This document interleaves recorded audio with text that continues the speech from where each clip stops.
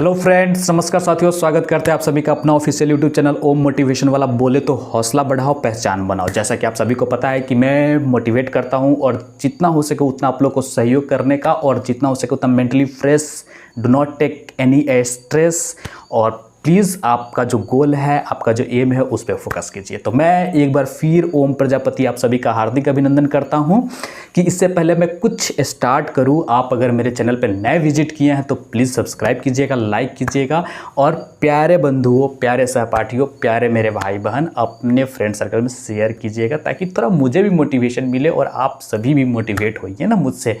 मैं तो वो बता ही रहा हूँ जो आपके लिए एक अलग अलग तरह से इशू बनते हैं, लाइफ में आते हैं, थोड़ी थोड़ी सर्कल में जो भी इशू है उस पर मैं डिस्कस करता हूँ। माय डियर फ्रेंड्स, आज बात करने वाले हैं एक ऐसे ही टॉपिक के बारे में। तो चलिए जानते हैं टॉपिक क्या है। टॉपिक है कि किस उम्र में हमें शादी कर लेनी चाहिए। अगर हम बैचलर हैं तो एक्साइटेड हैं, जानते हैं। मैं बैचलर नहीं हूँ, मैं शादीशुदा हूँ और मैंने शादी कर लिया है, और एक मेरा छोटा सा बाबू भी है जो 4 मंथ का है बेटा। जो हम एक्साइटमेंट, क्योंकि मेरी फैमिली ग्रो हो रही है, और मैं उम्मीद करता हूँ कि थोड़ा सा चेंज कर देता हूँ टॉपिक। इसमें उम्मीद करते हैं कि आप लोग मुझे थोड़ा सा ब्लेस दीजिए, ताकि मेरी फैमिली, जो मेरे लिए, मेरी वाइफ के लिए, और मेरा एक जो छोटा बेटा है जो अभी अभी फ़िलहाल 4 मंथ का हुआ है, उसके लिए थोड़ा सा विश कर लीजिएगा। तो फ्रेंड्स, चलते हैं टॉपिक के बारे में। तो मैं यही बताने वाला था कि किस उम्र में शादी कर लेनी चाहिए। तो देखिए, जनरली तो आप लोग सभी को पता ही होगा, जिनकी शादी नहीं हुई है वो, और जिनकी हो चुकी है वो लेट सेट सवेर जो भी है वो कर लेते हैं। तो जो जिनका नहीं हुआ है, बैचलर है, उनके लिए मेरा एक सजेस्ट है। देखिए कि अगर आपका एज अप्रॉक्स 28 से लेके 30 के बीच में है, और आपकी अभी तक कोई सेटलमेंट नहीं हुई है, जॉब को लेके कोई सर्विस नहीं है, कोई नौकरी नहीं है, तो आप एक साइड में ये रखिए दिमाग में कि मुझे शादी करनी है। क्योंकि 28 से लेके 30 का जो एज होता है, ये बहुत ही क्रूशियल एज है। इस टाइम पे अगर आप शादी नहीं करते हैं तो 30, आफ्टर 30 एक बहुत इशू क्रिएट हो सकता है। बहुत सारे जो समाज में हमारे ऐसे हैं, बैठे हुए हैं जो प्रतिनिधि, वो उनके दिमाग में कुछ अलग तरह से कुछ चीज़ें चलने लगती है नेगेटिव, तो वो एक अलग मेंटेलिटी वहाँ पे क्रिएट कर देता है।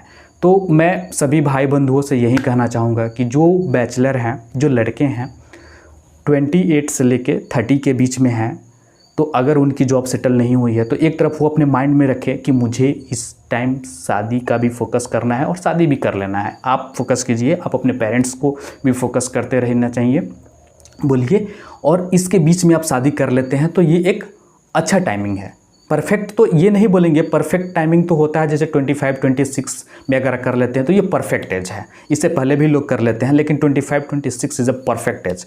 But 30 is also perfect age. But वहाँ पे तब है ये कि जब आप सेटल हैं तो 30 में भी कर लीजिए, कोई दिक्कत नहीं, 32 में भी कर लीजिए, कोई दिक्कत नहीं है। अगर आपकी नौकरी है, सर्विस है, कहीं जॉब कर रहे हैं, गवर्नमेंट सर्विस है, तो आपको तो 35 में भी हो जाएगा, कोई दिक्कत नहीं है। लेकिन अगर आपके पास ये चीज़ें नहीं हैं तो अप्रॉक्स 30 जैसे ही आप क्रॉस करते हैं तो कुछ हमारे जो समाज में बैठे प्रतिनिधि हैं, लोग हैं, वो 10 तरह का सवाल पैदा करेंगे, 10 तरह का नेगेटिविटी आएगा आपके दिमाग में, और टेंशन, स्ट्रेस बहुत सारे बढ़ जाए। एक तरफ तो आपका जॉब, सर्विस, नौकरी नहीं है, दूसरी तरफ शादी भी नहीं हो रही है, तो ये सबसे बड़ा प्रॉब्लम क्रिएट करते हैं।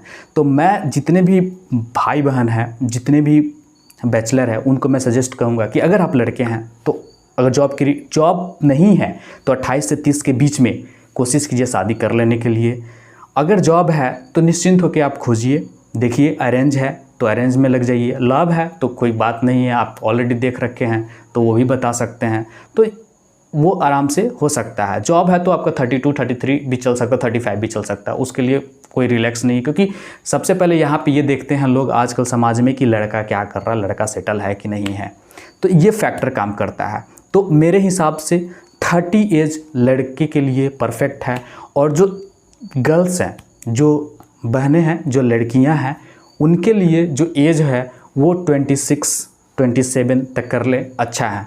क्योंकि अगर हाँ वो अगर पीएचडी कर रही हैं, कुछ अच्छा प्रोफेशन में है, डॉक्टर है, कुछ और चीज़ में कर रही हैं, अच्छा जॉब लेवल है, तो उनका भी 30 जाएगा तो कोई दिक्कत नहीं है, क्योंकि उनके लायक उनको मिल जाएगा। लेकिन जो नॉर्मल है, जो सिंपल ग्रेजुएशन कर रही हैं, उसके बाद प्रिपरेशन कर रही हैं, कुछ हो नहीं रहा है, तो उनके लिए 26 बहुत ज़्यादा है। ठीक है, वहाँ तक उनको एक कर लेना चाहिए। नहीं तो एक अलग तरह का मेरा ओपिनियन नहीं, मैं तो बैचलर हूँ, मैं समझ रहा हूँ, लेकिन कुछ लोग प्रतिनिधि जो बैठे हुए हैं ना, जो सोसाइटी में है, उन लोगों की जो है वो अलग थिंकिंग हो जाती है, तो वो प्रॉब्लम क्रिएट करता है। तो दिस इज़ द परफेक्ट जो मैंने आपको बताया। मेरा खुद का शादी जो है 31 में हुआ था, 30 एज ऑफ 31, क्योंकि मैं भी कोशिश कर रहा था कोरोना पीरियड में ही शादी कर ले। 29 से शुरू किया था 2019 से, तो उस टाइम पे देखते देखते देखते सोचा था उस टाइम पे हो जाएगा, लेकिन कोरोना आ गया, कोरोना के कारण टाल दिया गया। फिर जाके 2021 में मैंने शादी किया था। तो एक ये एज था मेरा। उससे पहले ही मुझे जो है वो जॉब मिल गई थी, तो मैं सर्विस कर रहा था, और मेरी अरेंज मैरिज हुई है।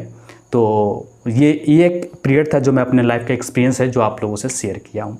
तो माय डियर फ्रेंड्स, मैं यही बताने वाला था कि अगर आप वैसे हैं, वैसे सर्कुलेटर हैं, वैसे समाज में हैं, वैसे सोसाइटी में हैं, तो इस चीज़ पे फोकस कीजिएगा, क्योंकि ये भी एक पार्ट है, हमारे जो जर्नी का ये पार्ट है। और ये बहुत बड़ा एक चीज़ है ना, यहाँ पे एक समझिए कि ये बहुत बड़ा डिसीजन मेकिंग जो होता है, ये आपको मिलने को पड़ेगा, यहाँ पे करने को पड़ेगा, क्या करे नहीं करे, बहुत तरह का स्ट्रेस फील होता है। बहुत सारे ऐसे हैं जो समझ सकते हैं इन चीज़ों को कि क्या करे नहीं करे। तो ये भी एक तरह से लाइफ का बहुत बड़ा पार्ट है और जर्नी है जो आपको तय करना होता है। तो माय डियर फ्रेंड्स, आप ये चीज़ भी देखें, साथ में ये चीज़ भी करें, और समय ना गवाए बिना जो भी आप चीज़ कर रहे हैं उस पर मन लगा के लगन से कीजिए, ताकि सब चीज़ सही समय पर हो, तो जर्नी और लाइफ अति सुंदर होती है। वरना तो जानते ही हैं कि कितनी प्रॉब्लम क्रिएट होती है और लाइफ कितना हैक्टिक हो जाएगा फिर आपके लिए।